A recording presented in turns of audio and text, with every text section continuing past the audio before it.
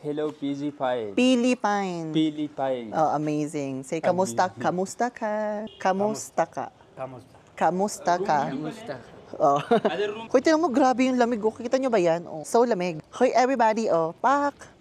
Can you see the cloud? It's cloudening. Samahan ko yung mga batang maglakad pa uwi. May dan silang book, pupunta sila sa school. Philippine, hi! Ganda ng bata, oh. Nasa Pakistan talaga yung mga tunay na Mama Mary. Mga gwapo, maganda nandito. Alam mo, saling pusa lang ako dito. Hoy, everybody, tignan nyo naman yung ganda ng Malamja ba? Nakaka-relax. Ang sarap sa puso, ang sarap sa respiratory system, ang sarap sa mata. Hoy, feeling ko, naglalakad kami ngayon sa Batanes. Ganun yung nafe-feel ko, seryoso. Ang ganda-ganda ng Pakistan. Ang daming pwedeng puntahan sa Pakistan. Sobrang peaceful, oh. Kaya sobrang naiinis ako. Alam nyo, na-affect ako.